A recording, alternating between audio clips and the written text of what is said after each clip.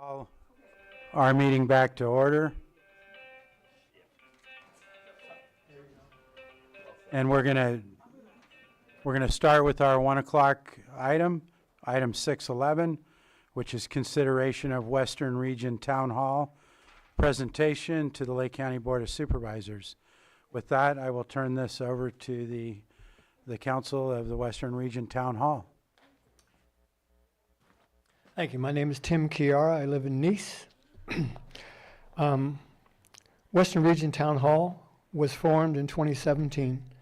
Supervisor Jim Steele saw the Municipal Advisory Council as a necessary component to the Office of County Supervisor, providing information concerning local issues and needs that might otherwise be overlooked. Since that time, Western Region Town Hall has continued being a squeaky wheel on various subjects, from Upper Lake levee maintenance to the recent biochar installation and the need for law enforcement and code enforcement efforts in Nice. To say that this has been an educational opportunity would be an understatement. As one of the most basic components of local government, Western Region Town Hall has shown that timely citizen input is possible and should be encouraged in every way available. Municipal Advisory Council members serve at their own expense from a desire to increase participation by local communities in the affairs of governance. Western Region Town Hall has had the privilege of inspirational models to that end. Our first chairman, Gene Polino, and council member Melinda Wright both gave of their time and resources to further the successful operation of Western Region Town Hall. We celebrate their example and seek to continue along the path they traveled with us. We commend the Board of Supervisors for continuing to utilize the Municipal Advisory Councils as an unparalleled resource of local expertise and knowledge concerning matters of public health, safety, welfare, public works, and planning. We look forward to a productive future for all the residents of Lake County. Thank you. Thank you. Hi, I'm Dave Hendrick, and I'm with the Pile Road Subcommittee for the cleanup of Pile Road. The Pile Road Cleanup Subcommittee has been working on actively cleaning up the area around Pile Road for about 2 years. Before that, we have been independently trying to clean up and stop squatters from moving into the roughly 6,000 lots of the Clear Lake Gardens subdivision. The committee comprised of 4 members of the community.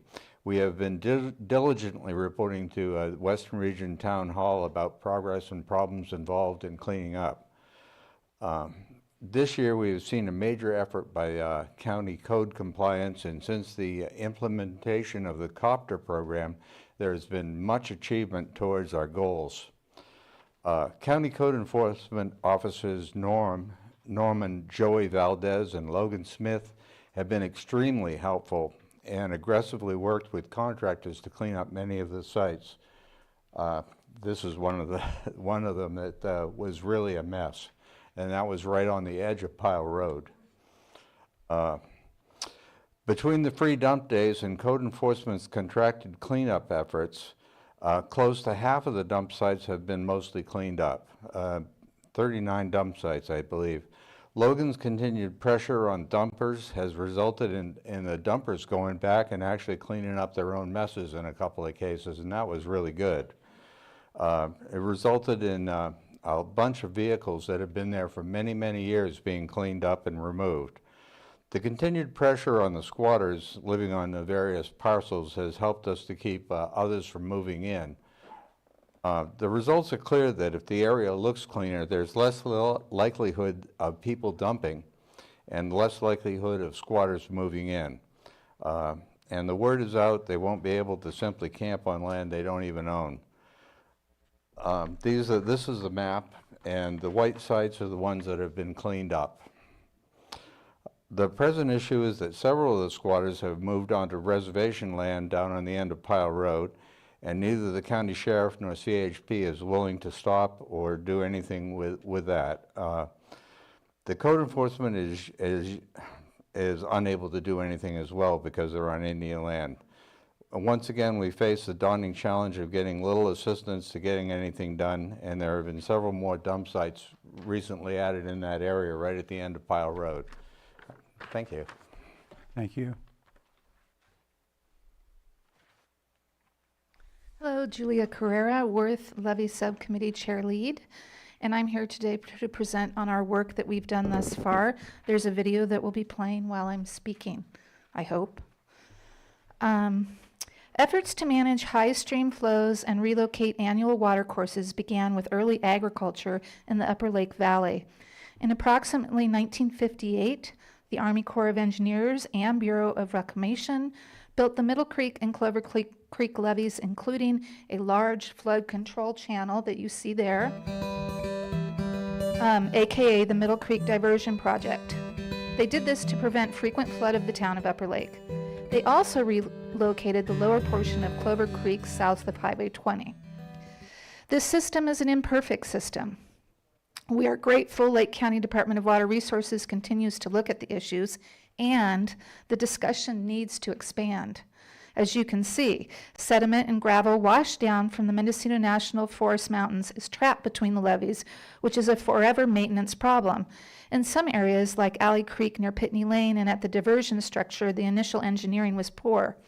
From 1960 to 96, the State Department of Water Resources provided maintenance, but in 1996 discontinued it and left maintenance to Lake County. Maintenance activities conducted by Lake County include levee patrolling, especially during and after high water events, emergency flood fights as needed, mowing of grasses, control of weeds with herbicides, removal of excess woody growth, trees and bushes within the levee easements, maintenance of levee roads, removal and trimming of the trees and brush within the creek's active channel, as you see there, periodic removal of sediment deposits, as you see there.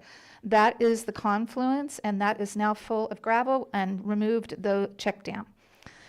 Some of these items have not been done in recent years or have been done in a poor and/or incomplete manner as compared to earlier county efforts.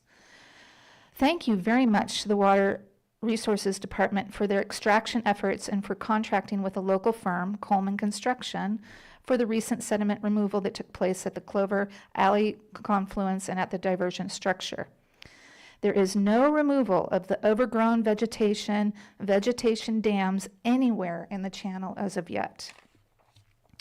To the best of this committee's knowledge, based on research and our prior county employee interviews, in 60 plus years, there has never been any attempt to return the system to its original design capacity through major removal of accumulate sediment. You can see some of those patches. That gray is all sediment. Of immediate urgency is the very large growth of vegetation, including some trees over 40 feet tall growing directly in the flood channel, as the video depicts. Over the last 10 to 12 years, there have been at least 5 different directors of the Water Resources Department and Watershed Protection District, and many new employees. In this committee's opinion and view, this has resulted in serious loss of institutional memory as well as shifting priorities.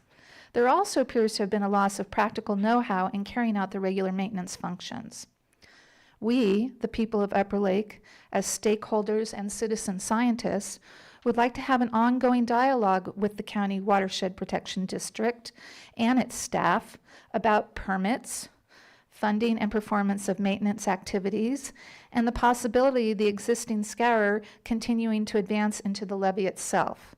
This committee supports a vigorous gravel extraction and vegetative dam removal effort to champion the mandated Clear Lake Hitch habitat restoration and reduce flooding to the Upper Lake community. We support the Watershed Protection District and Board of Supervisors taking advantage of knowledge and skills of persons in the Upper Lake community who have observed the levee system for many years and decades. Thank you. Good afternoon, Supervisors. Thank you so much. I'm Thomas Aceves. I live in Nice, and I'm the chairman of the Western Region Town Hall. At this point in the presentation, I'll be stepping in for Claudine Pedricelli, who cannot be here today. She's the Upper Lake representative, and she's on a subcommittee called the School Traffic Safety Committee. She has been on the Worth since its inception in 2017, which she has proudly served. Now she has the subcommittee with Mary and Ray Friedrich. Their goals: to work at providing a traffic safety to all students at Upper Lake Unified School District. Number two, to work towards crosswalks that ensure safety while crossing roads. AB 413 is a law that prohibits parking within 20 feet of crosswalks. We need to work toward that. CHP drive-bys are in place at drop-off and pickup times at Upper Lake Elementary, 8 a.m. to 2 p.m. Calling complaints of reckless driving, she requests. Success, number four, success. On private school property, they have placed a stop sign and no left turn at Upper Lake Elementary to create safety awareness. Number five, they are working on placing speed bumps on 2nd Street, Upper Lake, to slow down speed. A donation is available. Discussion with Lake County Public Works will continue on this matter. Number six, school zone safety. These are the priorities. Slow down, stay alert, never block crosswalks, no distractions, including, of course, texting, no double parking, teach your children to look both ways. Number seven, ongoing requests to county to secure a much-needed stop sign at Middle Creek and 2nd Street in Upper Lake. Accidents occur here regularly.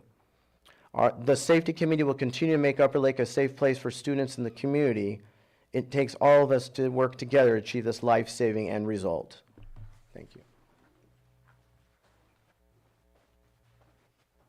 Hello, Lisa Marie Benavides, Upper Lake representative. One of our responsibilities on the MAC is to act as the bridge between the community and the Board of Supervisors. To effectively fulfill this, timely and effective communication is paramount. Supervisor Crandall's availability has been much appreciated, and we look forward to the continued relationship building and responding to community asks, like the Upper Lake Dump Day that Supervisor Crandall coordinated and assisted with on September 13th. Our hope today is that that availability and responsiveness can be cultivated across the county officials. Unfortunately, multiple community members have reported non-responses to public information requests and formal requests from our Worth chair for county officials to attend our meetings or present during our public monthly meeting have frequently gone unresponded to. We understand there are many projects in the air, and multiple priorities can result in our officials being stretched thin. We do not wish to add to that burden. However, our success is fundamentally attached to our ability to communicate within reasonable timelines and through various methods with our leaders. We hope that through relationship building and from presentations such as this one, we are able to connect more effectively to continue to serve the Worth constituents proudly and efficiently. We are an asset to your work, and together we can accomplish so much more. Again, I'm Thomas Aceves, Chairman of the Worth Western Region Town Hall. I want to thank the supervisors and Chairman Crandall for inviting us here. We've prepared this, and we hope it's informative to you in understanding our issues and how to come together and help bring policies and ordinances that will help North Shore and many of our other county areas. I want to thank, again, Chairman Crandall and all of you for inviting our Western Region Town Hall Council for letting us share our presentations, which included celebrating our successes and voicing our concerns in our communities. As you heard today from this great group of people, I feel the Municipal Advisory Council is filled with insightful solutions and knowledge from vast spectrum of experiences, including past vocations, life experiences, and education.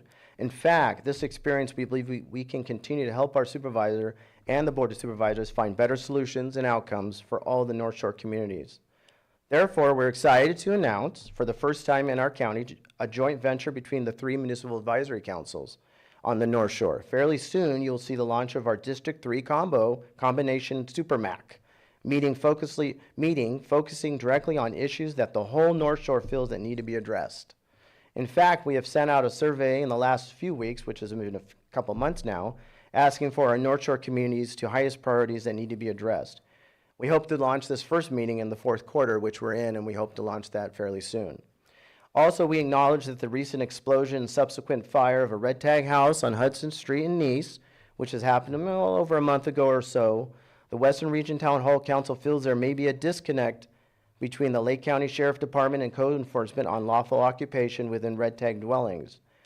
Therefore, we're happy that Supervisor Crandall has committed to organizing a town hall, including the Lake County Sheriff Department and code enforcement, to help clarify their obligations to the law on red tag occupancy and to help them understand our community's needs on overall code enforcement issues that still plague our communities. In fact, we've created a new copter oversight committee on Worth, Western Region Town Hall, to focus on these very concerns. We do celebrate the recent outcomes, though. We want to celebrate those. The trash dump days that have happened and accepted over 1.4 million tons of trash on the North Shore was awesome. Also, the recent Upper Lake trash collection. The focus of the community-oriented policing targeted relief, which is COPTER, on aggressively handling, we want to celebrate them on handling code enforcement issues, including the Pile Road dump areas. It's awesome that WEC got cleaned up. The Western Region Town Hall Council and our community want to thank all the county staff and the leadership that make these outcomes happen. However, it was with the utmost decency that we ask all departments to show transparency and hold them accountable for their outcomes and deliverables. Moreover, as Lisa's presented, we ask for reasonable, timely feedback and responses to our emails and phone calls from the departments we reach out to. Now, with all the presentations today, we encourage the board to work with Supervisor Crandall in creating policies to help find solutions to our concerns that still plague our communities. We hope that this presentation helps you understand with clarity our accomplishments and continued concerns. Thank you so much. I appreciate your time. Thank you. That concludes the presentation. Thank you. Thank you, Chair Aceves, for the presentation. At this time, I'll open it up for any questions or comments from the board, and I believe Supervisor Sabatier is first. I appreciate the presentation. I think learning more of some of the concerns, specifics, and successes that are happening in individual, not just districts, but regions of a district is important for all of us to know. I'm happy you guys highlighted COPTER. I think it's always a work in progress, but I'm seeing and hearing positive feedback from it and expecting to continue to hear positive feedback as we keep going and keep learning more about how best to handle the issues that are in the North Shore area, especially Upper Lake and Nice. And paper parcels, you know, I understand that that is a high concern and we need to deal with those. Thomas, I've known you as the original trash picker-upper. I believe you had the Nice Lucerne Cutoff Road dedicated specifically to you. Still do. And I love seeing you being a part of Worth and continuing to be on that mission and getting more people to join you and making that happen. I believe the creek that was highlighted, I know we used to have a gentleman named Paul, I want to say, who used to show up at the Middle Creek restoration, because that is a alteration of the original, I believe, and that it was supposed to go down south first and foremost into the Middle Creek area. And I'm hoping, as I know there's a long time, but as we progress in our Middle Creek restoration project, that maybe there's ways to restore that original creek so that it doesn't have the impact that it does in Upper Lake, because we've seen the pictures and we know that inundations do occur. So I'm happy that there's work going on there. I'm glad you guys are focused on those things. And again, happy to learn more and hear about the successes and continued concerns, and appreciate the feedback from you guys today in your presentation. Okay. Anything further from the? Yeah, I'd like to, Go ahead, Supervisor Owen. I was pretty impressed with seeing the map with all those white markers on it. That was impressive. Thank you.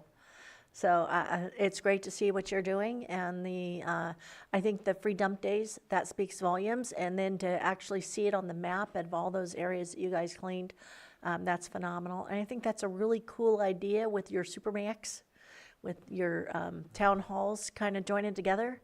I think that's a pretty cool idea, and there's power in numbers, so that's perfect. So thank you for what you're doing.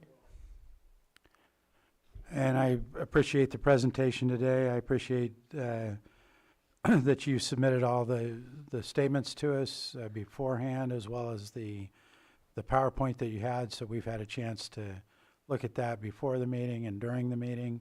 So that was helpful. I appreciate the work that Worth is doing. I think somebody mentioned it. Our town halls, our municipal advisory councils are important in that they're an avenue for the specific areas of different communities to be able to, go have an easier time providing information, which, they can then be sent up, through your council up to the Board of Supervisors. So that's important. Appreciate what you guys are doing, and thank you for the presentation today. Anything further? Yes, Supervisor Just Sabatier. one more thing. I missed one of your committees, and I appreciate hearing it, and I knew it existed, was basically the school safety one. I think every community has to deal with pick up and drop off at schools, and it's always chaos. And so the fact that you have a community organized forum to be able to talk about those things and what's needed, I think every community would benefit from having one of those. I know we're having discussions about some of that as well, and so I appreciate that you have had some small successes and continuing to look for more. So I think that's a big win to have that. At this point, I'll go ahead and open this to the public. If we have anybody in the room who wishes to comment. Seeing none, Johanna, do we have anyone online? Or we do have one in public, in the room. State your name for the record, please, sir, and you'll have 3 minutes. Hi, I'm John Laboito. I have been farming in Upper Lake for 10 or 12 years. My property is located my property straddles the levees and the diversion structure. I'm kind of at ground zero for some of the situations that have been described here. This has been of great interest to me. It's right smack in my backyard. And the thing is that in the 10 or 12 years that I've been here, we have had 5 different directors of water resources and innumerable young employees. And so I really want to stress this loss of institutional knowledge, as well as the loss of practical know-how in getting these maintenance activities done. And what I think we, with the town hall, would really like to have happen is that we could have a small subcommittee somehow that would meet with the Water Resources Department on a regular basis, monthly, 6 weeks, 2 months, whatever it is, and go over the status of, funding, where the permits are, what the obstacles are, but particularly what our own observations are out there on the levees. Because I know I talk to the younger employees out there. They have their own mindset of what they think is going on. They don't have any background about what's gone before. The Coleman was out there in the last 2 weeks. He took away a few truckloads of gravel. That's all to the good. Doesn't begin to address the major problem that we see. Thank you. Seeing no one else in the room, was there anyone online, Johanna? No hands, then we'll go ahead and close this item. Thank you again for being here today. We appreciate it. Welcome, thank you. And we're going to be in a short recess for 3 minutes because the rest of our items are timed, and so I've got to wait till 2:30. I'm sorry, 1:30. 1:30.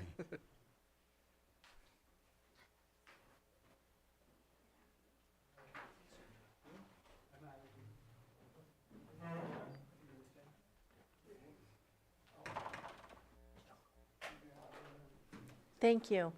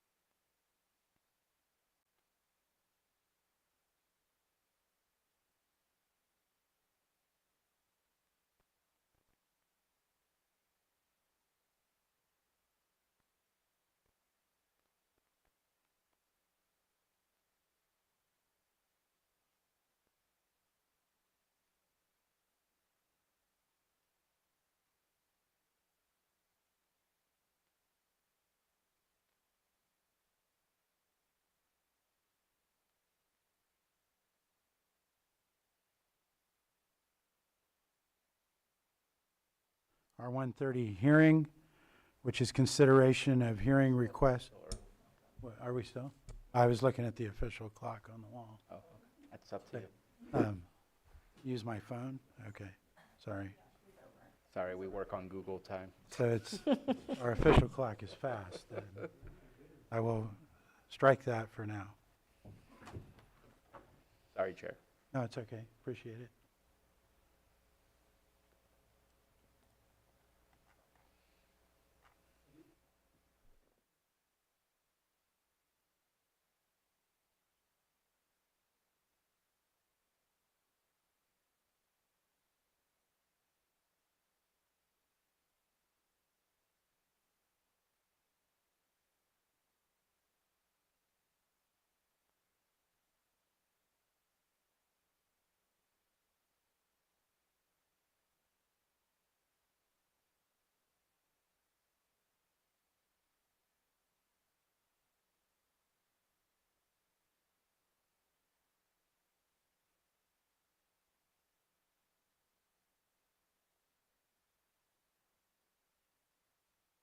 One minute, Sam.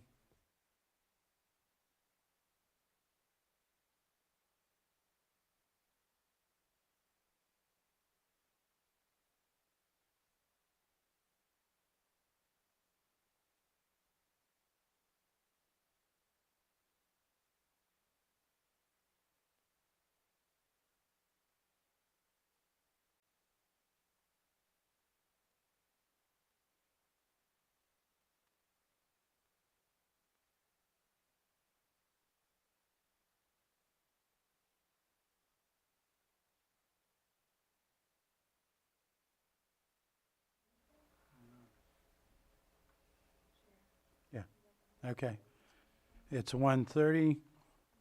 We're going to call the 612 item, hearing consideration of hearing request regarding code enforcement notice of nuisance and order to abate 14526 Sneed Drive, Cobb, APN number 052-042-11, property owner Jose Barbosa Garcia. And with that, I'll turn it over to community development. Oh, we need to swear in, I'm sorry. If anyone here for a witness or staff that's going to testify needs to raise your right hand and be sworn in. All right. So if you're on Zoom and you're going to speak to this, please raise your hand in Zoom. That includes county staff. Okay, Craig Weatherby has his hand up. Do you solemnly swear that the testimony you're about to give will be the truth, the whole truth, and nothing but the truth? I do. Thank you. I do. Thank you, Mireya Turner, Community Development Director. I will turn this presentation over to Code Enforcement Manager Marcus Beltramo. Good afternoon. My name is Marcus Beltramo. I'm the manager of the Code Enforcement Division for the County of Lake. You can sit down for right now, unless you wish to stand. You have either choice. I can stand. The property here today, 14526 Sneed Drive, Cobb, California, received a request for a hearing in front of the Board of Supervisors, basically contesting our notice. A notice of nuisance in order to abate was issued against the property for violations of the Lake County Code. That being said, we'll go ahead and start with our presentation. We always like to give a map so people have some context as to the location of the property. The property is a vacant piece of land. It's in the Cobb area. Based on our last board hearing, seems like a lot more information. The board was seeking a lot more information, so I included a lot more information that may be relevant to the situation for the board's review. The property is in the name of Jose Barbosa Garcia. He's been on the property or recorded on title since February 5th, 2025. The property is zoned as a single-family residential property. The primary purpose is to establish an area for residential dwelling units. The property is currently a vacant lot with no improvement or structures. The property is at the assessment office. The property is only being reassessed for land. No structures are being assessed for any value. There's no permits on file, building permits on file. There's no planning permits on file, although a grading questionnaire was completed by Mr. Garcia regarding some grading issues.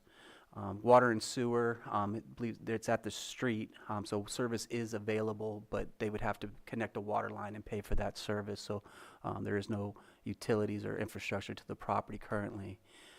Regarding septic information, environmental health had a letter on file. The director of the Environmental Health Department, Craig Weatherby, is on Zoom in case you need more commentary or for him to comment on the letter or to address any specific issues related to the septic, as he's an expert in that field. But some pertinent statements that were contained in that letter is that the conditions in this area of the site do not appear to meet minimum requirements as set forth by the Lake County standards for subsurface and alternate sewage and non-water carried water disposal.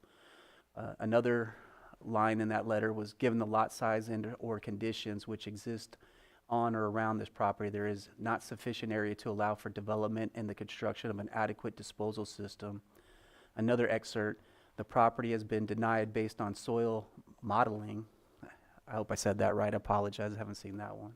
Indicating that the depth to the winter water table is above acceptable limits. A winter recheck can be made to determine the actual depth to the water table, and that that person at the time was to contact the office. So we did receive a complaint on this property. There was a complaint made by a person of the public. These are the photos that were attached to the complaint. As you can see on site, is under our definition, it's a recreational vehicle, but it's a trailer, and some miscellaneous storage that's occurring on the property. Code enforcement looks at anything that's stored on the property beyond 30 days. We consider that storage. We consider that not to be temporary use. We consider that be permanent use. So if it's over 30 days, we believe that we consider that storage. And for this property, because it is zoned an R1 property, it first has to have a primary residential dwelling unit on the property. Storage is considered a secondary or subordinate use to the primary purpose. Code enforcement then, after receiving the complaint in May of 2025, went out to the property, and these are the photos we took of what's occurring on the property or existing.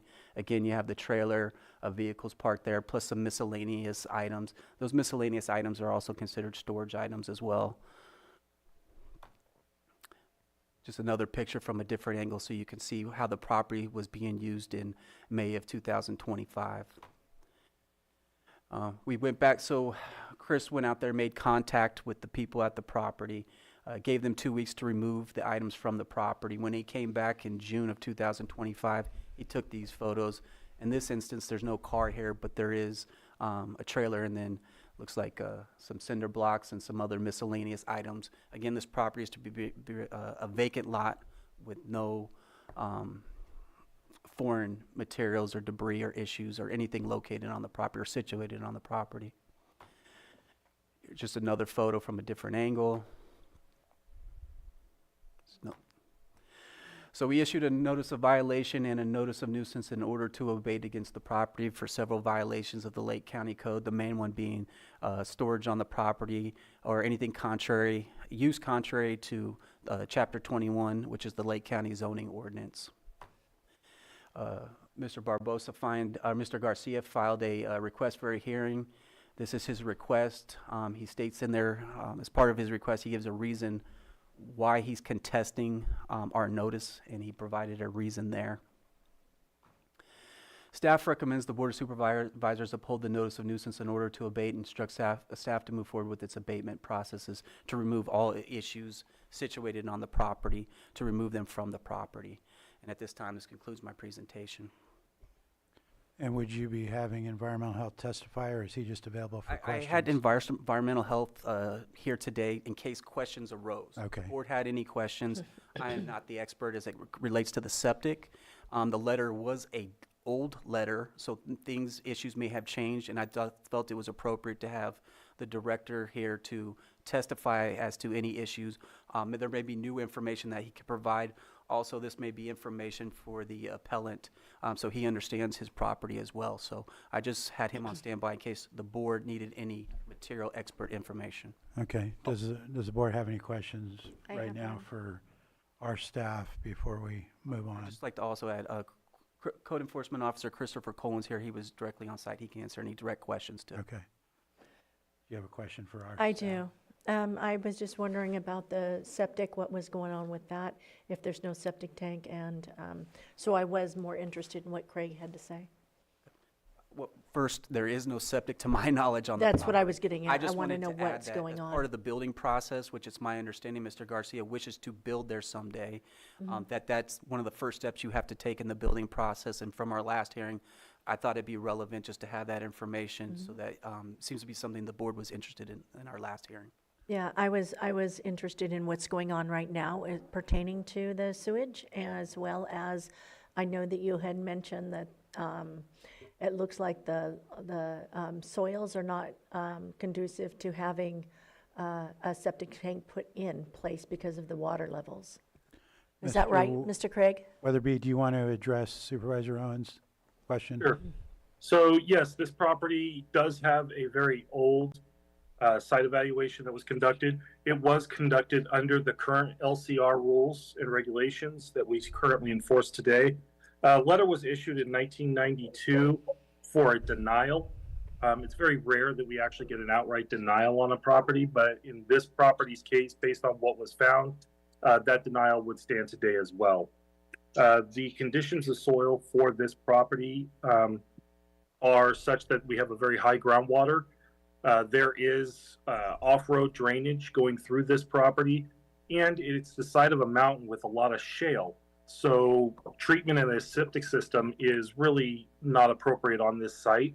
It is entirely possible that an engineered system may work out, but even that's kind of a difficult proposition for the soil conditions of this particular lot.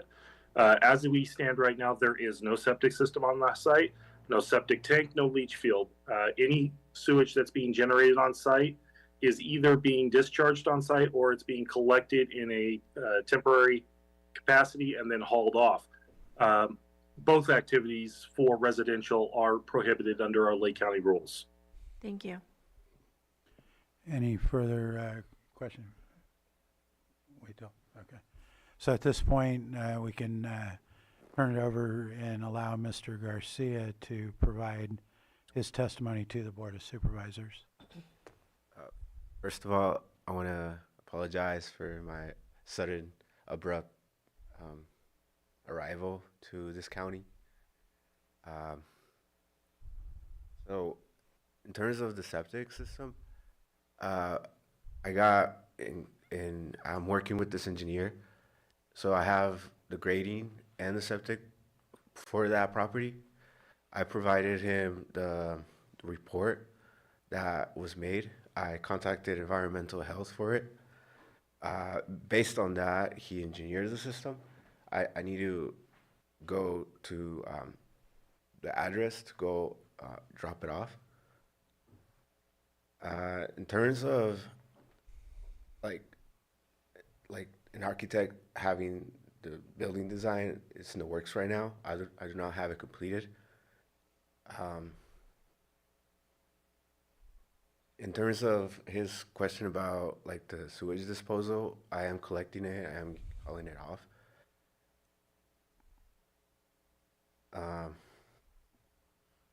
Yeah. So I just want to be clear. So your testimony is that you have hired an engineer that did an engineered septic design, that you're in possession of a report That's correct. that you need to deliver to environmental health that they have not seen yet? That's Is that correct. what you're stating? Yes. Okay. Any I questions? can confirm that I have not yet received any report from anybody on this property. Thank you, Craig. And he did acknowledge that he has not turned one in at this point. Supervisor Pyska? Sure. Marcus, can you pull the pictures back up, please?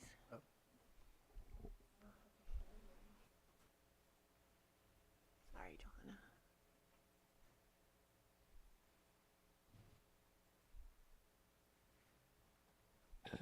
Which one do you want? Here, okay, so you have the pictures from, I think, May. Those are the first pictures before the road was done? These are the May so this Okay, is plain yeah, stop right there. So that's before the road was done, so that was in May. And you can't really see, but there's a big pile of branches in between the road and the car. And then if you go to the June pictures, you can see the branches there. And now you've added sand or gravel or something on top of all that fill. Yeah, I was made aware of that. Like, not to put blame on nobody, but I wasn't responsible for that. It was my dad that once he was around, like, he wanted to do things around the property, and that's kind of like what he started doing. But I was made aware that I have to take that off. I haven't started that because I had something else that came up, but I do plan on hauling that off also. Okay. And you can see the highway right above your lot. And you see those guardrails? Yes. The highway slipped out because the water table is so high there. This is not a safe place to be building. If you want to go through the process and turn in your plans and see if an engineered system will work there, you can go through the process, but you cannot live there. It's against our code. You can't be living on site and storing things unless you have a building permit. And that's really what we're talking about today. So if you're working with an engineer and you've got some plans and you want to take them through environmental health, you're allowed to do that. But today, you cannot have all these things on this property, and you need to clean up all of that debris that's there, okay? I understand. That's what this is about today. Yes. Anything further from the board? No. Supervisor Sabatier? I mean, hopefully there's you said your family is helping you. Hopefully there's somebody that can help you to store what you have here in the appropriate locations. Hopefully you can get some permits and do what you want to do. And hopefully that'll be in the right order of operations, because I want you to find success in what you're attempting to do. But at this point, that is not the appropriate way to find that level of success. And so hopefully you can get that cleaned up so we don't have to do it for you. That would be the best way. Oh, yes. That way you can organize how that works. But right now we've been waiting and it just hasn't happened. So I hope you find what you're looking for eventually. No, yeah. I just haven't started that because I was taking care of another thing I had. But I do plan on taking that to a disposal facility with my truck. And I just want to add one thing. The way you started, there's no need to apologize. Welcome to the area. Let's do it right. But there's no need to apologize for abruptly coming into the county. I showed up in the county one day too. There's no need to apologize. But let's make sure that we do this correctly so that you can find what you're looking for. No, yes. And do you have staff that wanted to provide testimony? If He's here for questions if you have any. okay, he raised his hand, so I didn't. If you need to come up and state your name and speak to the mic, if. My name is Christopher Colin. I'm Code Enforcement Officer with the County of Lake. Good afternoon. I just wanted to put my input on that pile of debris. We don't have anything written up for the debris. It's only for the storage that occurred after the notices were written. So right now there's no timetable for that. Only that which is elapsed for the accessory use, the storage of the trailer and other miscellaneous. Thank you. Did you have a comment? Yeah, I just wanted to say that even in your March 27 photos, it looks like there's some debris there off to in that basic area. Yeah, right there, you can see it on the right-hand side. There was already debris there. That was essentially like the cleanup, and then we piled it together. Sure. But I wanted to actually, like, instead of dumping it in that, Pushing it over the bank. yeah, I wanted to collect it. Yeah. Like, my dad was around. He's no longer here, Okay. but he did that. You know, I'm sorry for that. That's okay. No, what I'm basically trying to say is, I know that you didn't create that. It just, you moved it a little bit, is what I was trying to get at. Yeah. So, anyway, welcome and good luck. And I hope all this works out. Thanks. And for Jessica, so I just want to clarify. So my plan for that property, I wanted to like do like some like heavy construction, like add like metal, like steel beams. I even have the email of like the architect. I do plan on like having like a small like kind of like condo style, like where it's like the garage and then like the living space on the top. Like 2-car garage. In terms of like the water table and like you said like about the rain, is that like an absolute or can that be worked around? I think the most important thing right now is to follow the proper process.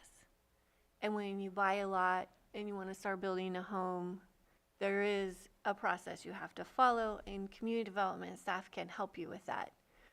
But what we can't allow is people to move onto the property before that process has begun. That's really the issue. We have, this is public safety, right? You say you're removing your waste from the trailer. Some people don't. We don't know what's going on, and that could potentially cause. I know. So to live on a parcel in Lake County, you have to have water, you have to have septic, you have to have a lot of things. And we do have a pathway where you can temporarily live in a trailer, but you have to already have your building permit submitted and approved. You have to be working on building your home. So if you did all those things, potentially you could live on the property while you're building it. But you kind of jumped around in the process here. And we have to hold firm to our processes, because sometimes these situations are very dangerous to the environment and the people that live in the community. That's why we have these standards, this process, and these ordinances. So that's why this has to get abated. That's the first priority before we can start looking at anything else. Okay, so again, we're not ruling on whether you can build or what you can build or how you can build, just this situation. Having that in mind, do you have any further testimony that you want to provide? Okay, and anything else from back to? Yes, thank you. Now, we haven't got there yet. Given our reluctance to spend taxpayer dollars to remove the trailer and the savings, we'd like to amend or recommend an amendment to the motion to authorize code enforcement to move forward with the abatement if it's not corrected within 2 weeks. Okay. Can you do that? Okay, so Can I get more than 2 weeks? they're offering 2 weeks. That's what we have to make a decision on. I can make it work. Okay. Okay, good. All right, so if there's nothing further from either side, then I'm going to go ahead and open it to the public. Wait a second, we have staff raising their hand. I just want to sorry, Christopher Colon, Code Enforcement once again. I just wanted to clarify, it's just the storage on the lot, not in the trailer, not 2 weeks to do that, and the debris in the gully there. Okay. Yeah, we need you to get closer to the mic. We Sorry. can't hear it on video. I just wanted to clarify that it's just the things that are being stored on the parcel and the travel trailer, not the debris in the gully that's given the 2 weeks. So it's Correct. not that whole That's stuff easy. in there. Okay. Although we would not be opposed if you would voluntarily like to move the debris, it'd be a nice thing for the community, we'd appreciate it. All right, with that, I'll go ahead and open this for public comment. If you have comment, you need to approach the mic, state your name, and you'll have 3 minutes. Thank you. My name is Emily Jane Vitale, and I live across the street from this situation. And I'm really concerned because there is no water, there is no sewer, and there's no electric. And there is a generator he uses. He pours gas in an open field, the open area, which concerns me. The other part is there's no water. They were getting water out of the pond for a while. The father was hauling water up. So it just concerns me. It's a mess. I want him to build. I don't want this mess across the street from me. I'm hoping that the cars are, he has a Tesla apart in pieces. I don't know, it's just like a shade tree mechanic area now too. So I'm hoping, I was the one who called the county about the road debris. When they ripped up the roads, they dumped the debris into the drainage ditch. I called the county because I was concerned. It just didn't seem right. So I'm hoping to take that into, that debris is all going to come down into that area with that big pipe, and it's going to get clogged up and we're going to have a flood. So I'm hoping that debris, when that first rain comes, it's big rain, it's going to be ugly, ugly. So I'm hoping that that gets cleared up quickly. Thank you. Thank you. And Supervisor Sabatier? I just want to clarify that I understood right, that in doing the road work, we put that debris there? We need to look into that. I don't know. Just because, I mean, the gentleman needs to take care of what is his, but if that is our doing, I just wanted to say we should take responsibility for that. I don't know if it's true or not, but that's what I just wanted to clarify that that's what I heard. Gelati trucks. The The gelati trucks. The sweeper came easily 15, 20 times. Sure.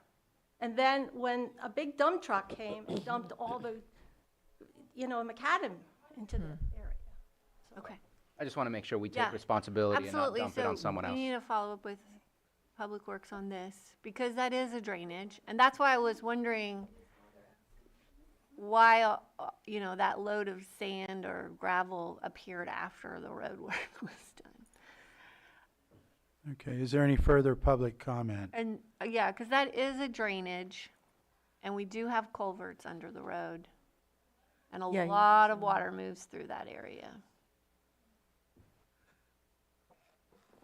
Okay. So was there any other public comment online? If there's no other public comment, I'll bring this back to the board for consideration of action. What's the recommended action now? It's the motion as on the staff report, but a slight amendment. So we do recommend that the Board of Supervisors uphold the non-ODA, the notice of nuisance, in order to abate.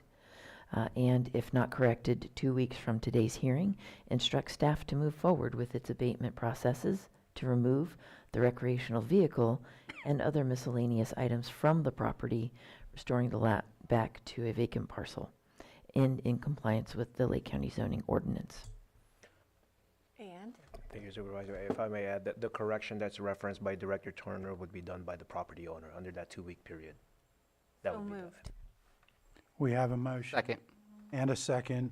Call for a vote. All in favor? Aye. Aye. Aye. Opposed? No opposition. Motion carries. We'll go ahead and close that item. Thank you. A few more minutes. Again, we'll be in a short recess for 4 minutes.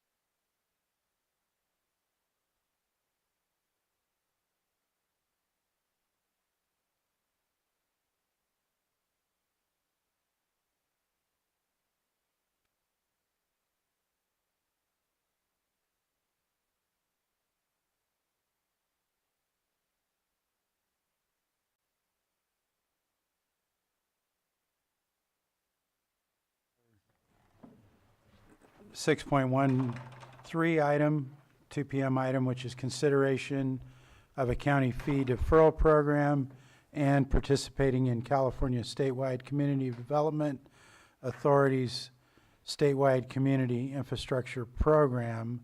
With that, I'll turn it over to our Deputy CAO, Ben Rickelman. Good afternoon, Board. Ben Rickelman, Deputy County Administrative Officer. These are 2 program proposals. This is informational only. It would require further board action. I do have a PowerPoint prepared.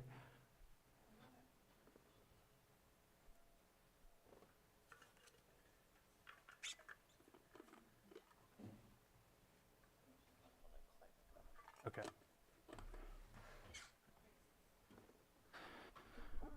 So this is regarding county fees deferral program that would assist with development, and then there's a larger program somewhat in the same vein that's operated by a joint powers authority, the California Statewide Community Development Authority, and so that'll be the second half of the presentation. So why do a fee deferral program? There's a lot of upfront costs with development before the property is generating revenue, especially here in California. And a lot of that is outside the county's hands, but there are some actions we can take to assist. So the idea would be to set up a revolving fund, and for qualified projects, they could have certain county fees deferred for a certain amount of time. The thought is it would be the time frame for the deferral would be the certificate of occupancy or 5 years, whichever came first. There's a wide range of time frames different counties and cities use for this type of program. So what type of building type would this program apply to? There's also a range if you look at programs with different California cities and counties. My initial thought in discussion with county staff is it would initially be restricted to commercial and multifamily. And the reason behind that is to protect the county with its deferral. Basically, you're putting money up front. It requires some legal legwork. We would have standardized forms to make it easier on county staff, and then working with the county attorney's office to put these agreements together. But there would have to be some sort of agreement to protect the county, probably a lien, and there could also maybe be a surety bond. And so as this is a county fee deferral program, I think it's important to emphasize this is just for county fees. Like, this wouldn't impact school districts. That's outside of our jurisdiction. And Lake County doesn't have as many or as large of impact fees as a lot of, especially the more urban areas of California. But 2 of the more prominent ones is water and sewer for special district service areas. So again, going back to has to be connected with the county, this would not be a fee deferral program for independent sewer systems. But for special districts, it could be part of the process. And then fire mitigation fees. Again, and then to emphasize for special districts and the fire districts, they would not be short-changed at the front. That's the purpose of the revolving loan. So they would be made whole up front.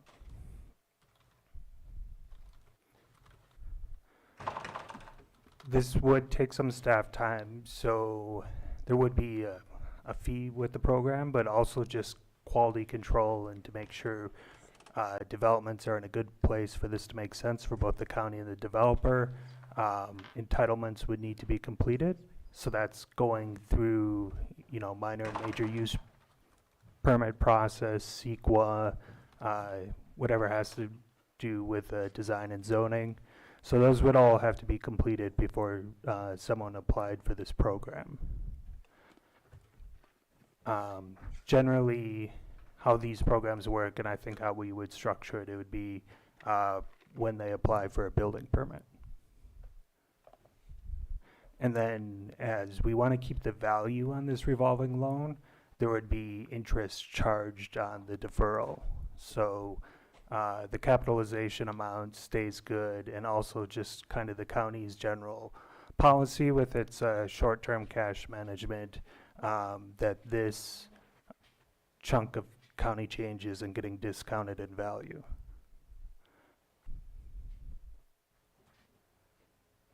And so this would require a county ordinance. So I would come back with more details of the program.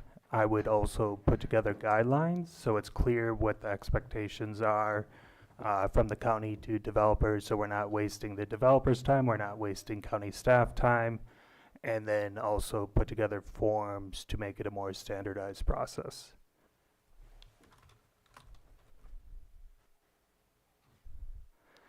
And then related, when doing due diligence on a fee deferral program, there is a program I think is appropriate for some larger scope developments, since the fee deferral, you know, we're constrained by how much is in the revolving loan fund, and also there's just a certain level of expertise within the county. So there is this joint powers authority that's actually with the League of Cities and CSAC, and the county has been a member since 1988. This is the California Statewide Community Development Authority. We have not joined the Statewide Community Infrastructure Program. That would just require a resolution by the board. And we do have James Hamill on Zoom, who's a managing director at CSADA and can speak with much more authority on the program. So I'm just going to give a quick overview of it, very high level, and then I'll let James chime in.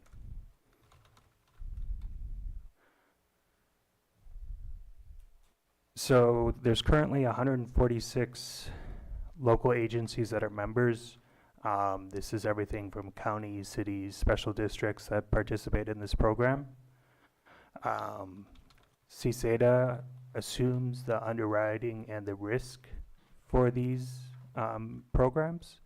For SCIP, the Statewide Community Infrastructure Program. So just to give kind of a scope for what these projects would look like, it's generally $500,000 to $35 million in fees, public improvements, and facilities tied to developments. And this assessment with, if there would be an SCIP project, would only apply to those parcels associated with the development. So the developer would apply directly to CSCDA. It would come to the board, but they handle the administration portion of it. And then just another kind of note on scope, the general size for residential development is at least 100 units. A lot of times this program is utilized for master plan communities, but there's other utilizations of it. So an assessment could be paid back up to 30 years. And then another advantage for developers is this is tax exempt bond financing. So it's a cheaper cost of capital than they would usually be able to access, especially kind of smaller projects on the CCIP scale. And then there's two programs within CCIP. There's a pooled bond, which they kind of bundle projects together, and then 3 times a year they do bond issuance, and then they also do standalone, and those are generally for larger projects.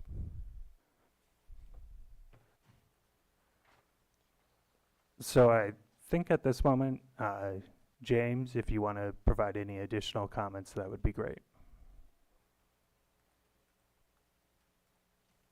Ben, I don't really have anything else to add. I think you did a great job there. The only other thing I would add is that there's no liability to the county for the bonds that are issued under this program.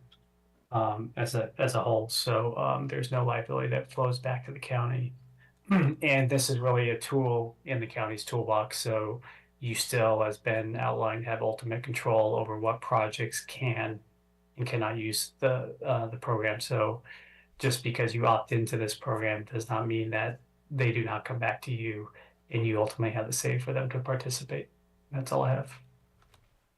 Thank you. That's all I have at the moment. I'm happy to take any feedback and questions. Questions from board members? Supervisor Sabatier? Yeah, just a question. I know that's not definitive, what you shared with us, because as you said, the next steps are guidelines and other things.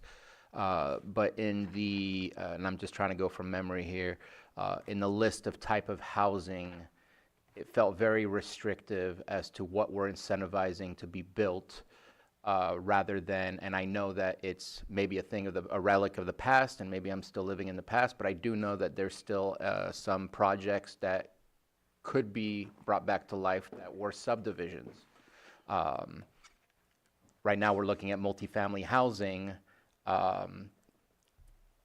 Not sure that, do we need some? Yes.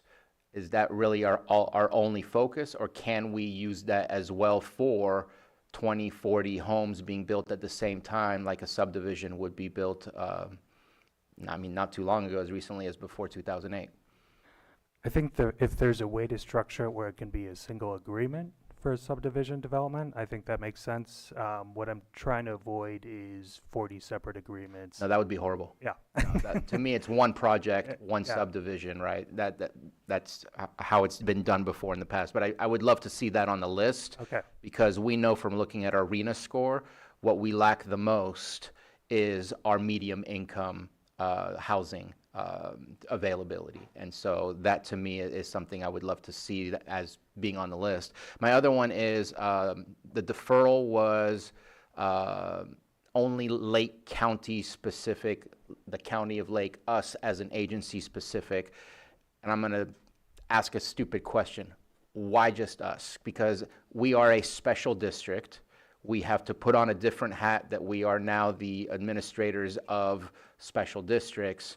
What about other public agencies? Because what I see is I've just put a red flag on a lot of my map as to where this incentive would actually work, where we offer both sewer and water versus, yes, we offer sewer, but we can also work with this water company in deferrals. Why not other public agencies? If it's private or mutual, I can understand that those things become a little bit more restrictive, but there's a lot of other public agencies that would be alienated by this program, which would alienate a large portion of the Lake County map if we do that. Is it possible to work in that way? I would have to look more. I think it's a legal question first. What I've seen is where they have kind of the direct special districts under them, but I'm happy to investigate what's possible. Because we do have 61 water districts, unfortunately. And so, again, I'm trying to make the map be as bright as possible as to where we can incentivize building of homes versus really isolating it. And then the last one is, you mentioned fire district, which I thought was also a little strange, because the ordinance we passed, we don't even collect the money. So yes, it's an ordinance that we have here. We're not the fire district. They're completely separate, but we're okay with and I'm not against it, but we're okay with giving them money when we're not even a pass-through anymore. They collect the money themselves. That's the way the new ordinance was written for us and that we approved. So why not schools? So again, I would have to look legally into it. I think there is, generally when I've seen deferral programs and incentive programs, schools have been kind of sacrosanct. And I think that's more of a political consideration, but it's definitely, I can look in on the legal side. Well, it is just a deferral. It's not a cancellation, correct? Yeah. So I'm just looking at all of the fees put together, keep mounting up, and I'm just looking to see, can we implement some of those other fees into this program just because they all add up eventually. That makes sense. Supervisor Pyska? Yeah, For the schools, though, I mean, I don't know, I think we should just stay focused on our fees right now. I mean, you take your house plans around, you go to the fire department and you make your payment there, we don't even see it. But the schools, I think I don't even want to touch that. I think we just focus on our fees. But how are you tying this to our HAPE? So, I think there will be, when the guidelines are developed more, there will be language kind of explaining how these certain building types and how the inducement of development encourages housing construction. So there will be citations when the language is built out in the guidelines tying it to the HAPE. Okay, thanks. Well, I really appreciate you bringing this, and I think anything that we can do to incentivize development is important for achieving the priorities that we have laid out in our HAPE. Our local cities, are they a member of the SECETA? You said we weren't, but I don't know if you know. We are, I don't know if Lakeport and Clear Lake are. We are a member of SECETA. We are, just okay. not a participant currently with SCIP. Okay, And that would just take a resolution to pass. okay. All right, well, I appreciate you also bringing this item. I think it's worthy of more work. And if there's nothing further from the board at this time, I'll open it to the public. And go ahead and state your name for the record, and you'll have 3 minutes. Good afternoon, Tom Lasik. Thank you, board. I think this is exciting. I just have some questions. Maybe it's too early to have them answered. You mentioned fire mitigation. Is that just, can you give examples of what would and would not apply? So, for example, making our roads 4290 compliant, even if they're not in the subdivision, or making roads that aren't necessarily in the subdivision but are impacted by the subdivision. Would they be eligible under this? Another question is it only for fees and permits? Is there other opportunities using these funds to improve our infrastructure that the developers would ultimately be using? Hang on a second, just for That's all my info, questions. to direct questions to the board. I apologize, yeah. Not staff, and then. Those are my questions. Okay, thank you. So with that, I'll ask Ben if he's able to offer any comment to that. So with the county zone program, I think we should just concentrate it on fees because there's a finite amount of funds and we just don't know the demand at the moment. I will say with the SCIP program, that can be used for public improvements that are tied to the development. I'm just concerned, if you have one public improvement that's tied to a development, that could eat up kind of the capacity of the entire fund, or even just part of that public improvement. And I think you would get more bang for your buck if you can kind of spread it out to multiple developments with fee deferral. It's going to be some ongoing conversations with the fire deferral fees. That's definitely something that I want to be in a good place with the districts and then the county with something that's realistic going forward. But I'm open to suggestions and seeing what we can make work. Thank you, Mr. Rickelman. Is there any other public comment in the room? Seeing none, is there anything online room? No hands, so I'll go ahead and bring it back to the board. And there was no action, but it looks like Supervisor Sabatier has another comment. Yeah, just, I don't disagree that schools might be a sensitive thing, but I still think bringing up the topic, and if there's interest, then there's ways to work together. If there's no interest, then we move on to the next possible fees. But I just think we should be looking at all fees and then reducing from there, not looking at specific fees and going from there, because all those fees can add up to $50,000 to $70,000 in addition to the construction and the purchase of the property if we're talking residential.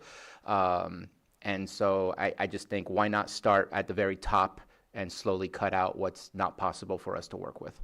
Yeah, so ultimately residential growth is good for school districts and their finances. So they do get money, considerable money from the state per student. So I think it's just kind of engaging them and thinking through that balance, seeing if they're willing to participate. Thank you. Anything further? Nothing further from the board, it doesn't look like. Do you need anything else from us? Not at the moment, so I'll come back with a more detailed proposal and then with the draft ordinance and guidelines. Okay, thank you. So that will conclude our, And then there might actually be a request sometime in the near future to also join SCIP. okay, thank you. So that'll conclude our 2 p.m. item. The next item is our 6.14, but we're 8 minutes away. So we're going to be in recess for 8 minutes.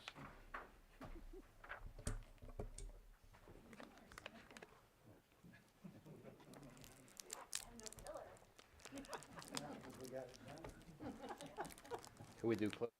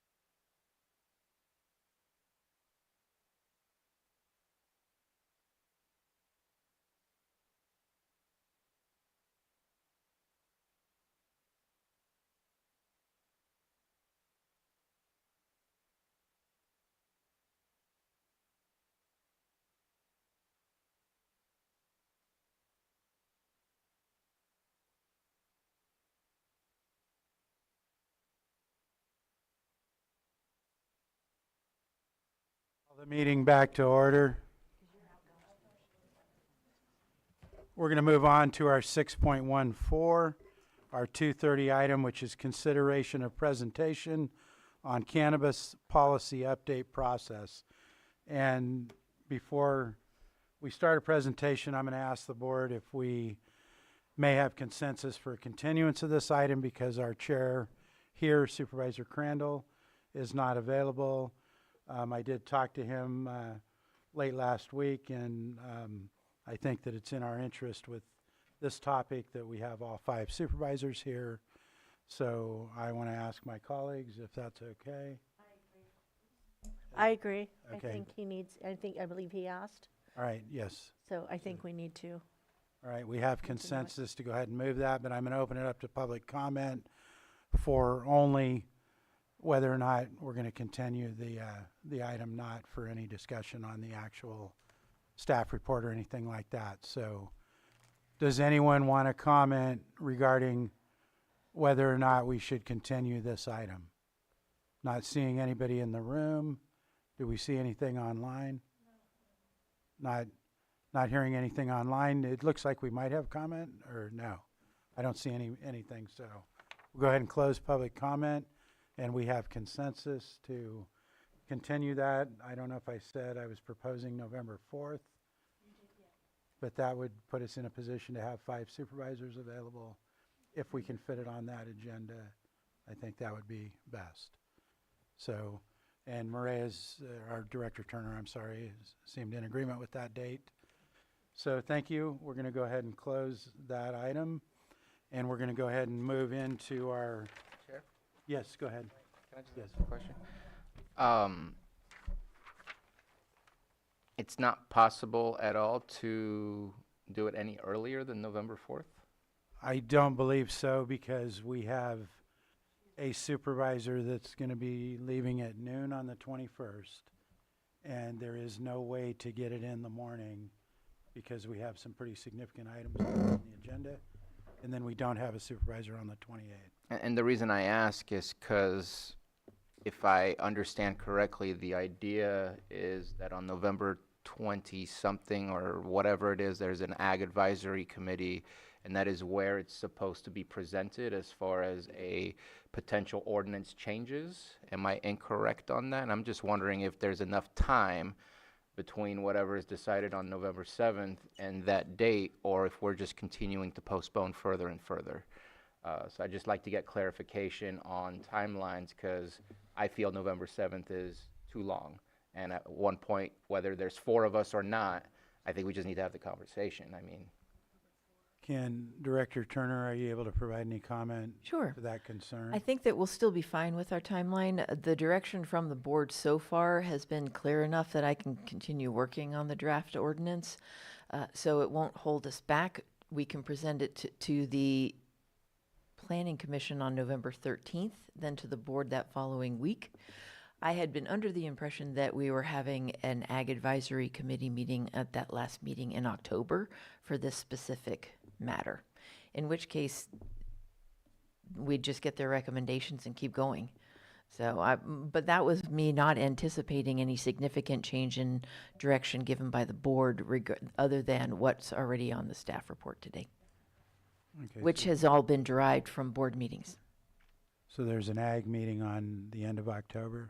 I thought so, but I just saw November 27th in a recent email before, so I hadn't had time to follow up with the agricultural commissioner. But Is it October 27th? well, I saw November 27th in an email, but I'll follow up with the ag commissioner. It's scheduled for October 27th. That's what I have down. Excellent. Yeah, so then we'd be looking at hearing this back on November 4. In which case, I'll just incorporate any additional recommendations from the Ag Advisory Committee for you as well. But it won't stop the timeline and the development of the ordinance itself. And it was my belief in talking to Director Turner yesterday about this, that she did have clear direction from the board that she can continue. Us not giving any further direction today wouldn't slow her down in any of her moving forward on what she's doing right now. And I guess part of that is slightly confusing because what's on this agenda item that we're proposing to continue is vastly different than what direction was given just recently, which was much smaller of a Scope.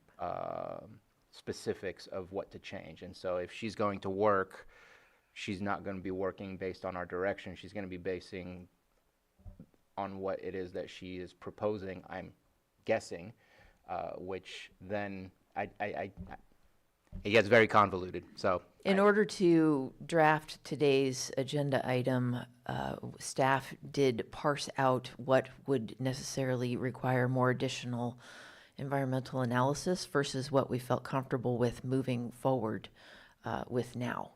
And so I guess I'm not really going into today's agenda item if we're going to continue it to November 4th, but that is why the items that are listed as what we can go forward with right now are cited as such. And the reason I had felt that way is because I think the board said, go back and work on bringing us anything that doesn't require environmental review. So, But I'm happy to present it to the board whenever the board wants. all right, we move forward at this moment the way it is. so we move, so no change in your, I mean, I can't really change anything if we're not talking about it. I'm just confused about timelines and getting this done.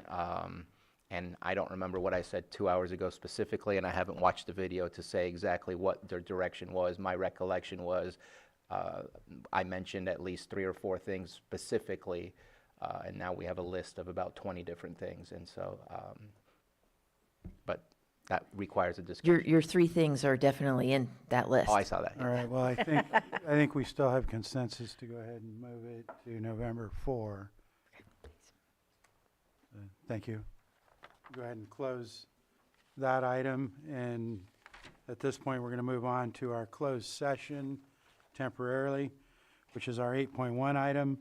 That is conference with legal counsel, existing litigation pursuant to Government Code Section 54956.9D1, which is FERC, the Federal Energy Regulatory Commission proceeding number P-77, Potter Valley Hydroelectric Project.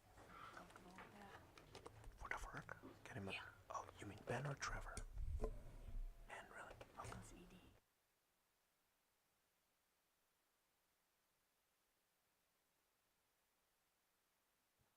We'll be back to open session for our 3 o'clock item.